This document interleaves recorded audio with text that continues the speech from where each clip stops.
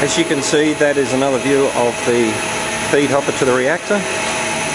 Chris is putting some more material into the pre-dryer unit by the feed hopper at the far end. You can see gas extraction areas, reactor chamber in the distance, and in the foreground a combustion furnace.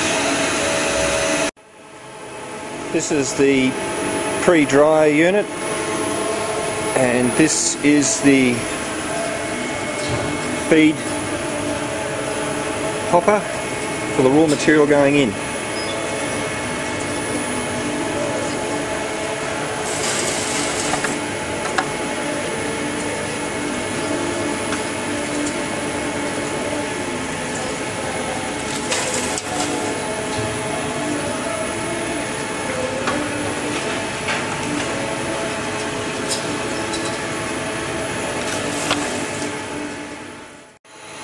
This is the exit of the pre-dryer unit.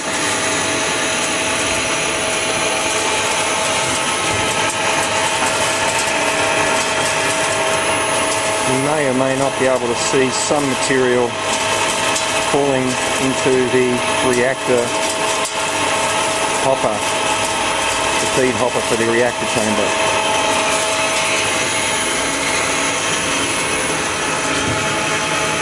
Temperature of the pre-dryer, 151.9. We've got the reactor set at 420 degrees centigrade. We're sitting on 407 at the moment. Back to the reactor unit. We've been going 10 minutes.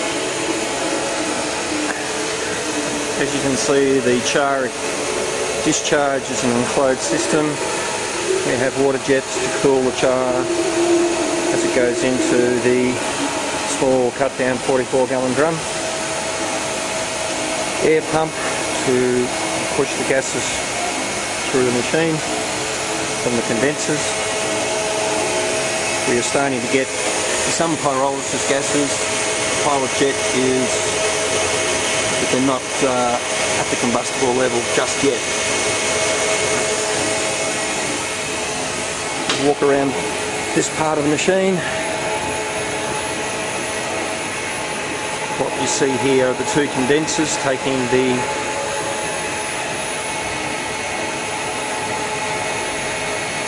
heavy volatiles out of the pyrolysis gases. We're just collecting them here. You can see some of the material, some of the vinegar coming out of the final stage of the pyrolysis reactor. This particular material is not producing anything at the lower temperature. There's no heavy condensable volatiles there at this stage. As you can see, this is the pyrolysis gases igniting with the pilot jets. We have very wet material at the moment. There is not a lot of energy there. We're utilising all the energy to sustain the process. There is another view of some almond husks and shells that we did yesterday. We'll add that to this view to give you an idea of, when you have an energy-rich material, how much energy you can get out in terms of producing a flame. Thank you. This is the pyrolysis furnace. You can see the pyrolysis gases burning.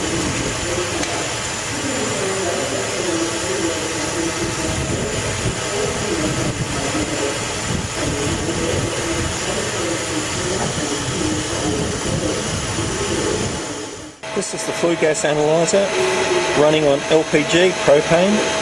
As you can see, the combustion chamber is heating up and the readings are going up and down in sequence with the LPG flame. As you can see, it goes up to 37.41 and the LPG is burning, down to 24.25 when the LPG is stopped. Okay, here's Zoe loading up the pre-dryer. putting in some really powdery poultry litter at this point. You might be able to see the dust and the feathers and so forth coming up. Move around.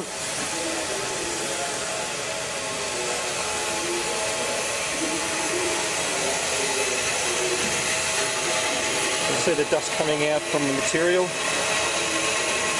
Very powdery. Maybe you can see the crook feathers floating in the air.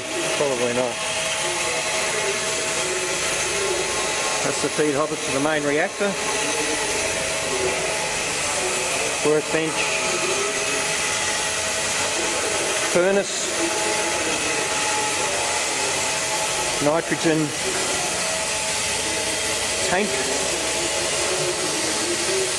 Here we can see the syngas being combusted.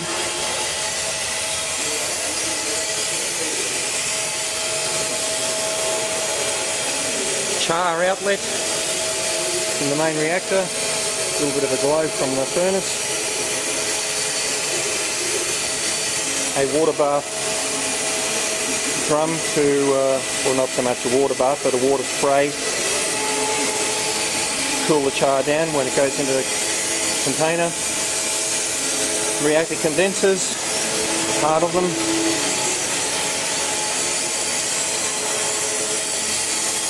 Small turbocharger, another condenser. Condensate trap for the material that goes into the exhaust flue. This is the flare, which is not running at the moment. We're condensing all the material. Sorry about the air compressor running in the background, but that's what drives the little turbocharger.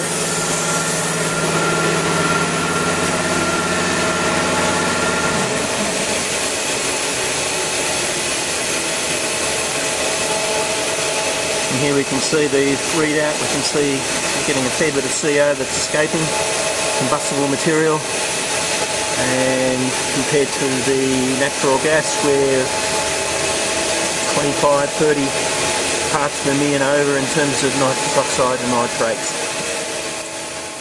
Okay. Just to give you an idea, because the exhaust exits through the roof and we've got such a high ceiling on this shed,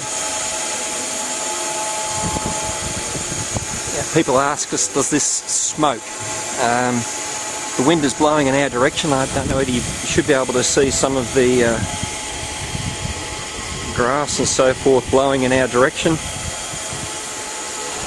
and some of the chicken feathers, no doubt.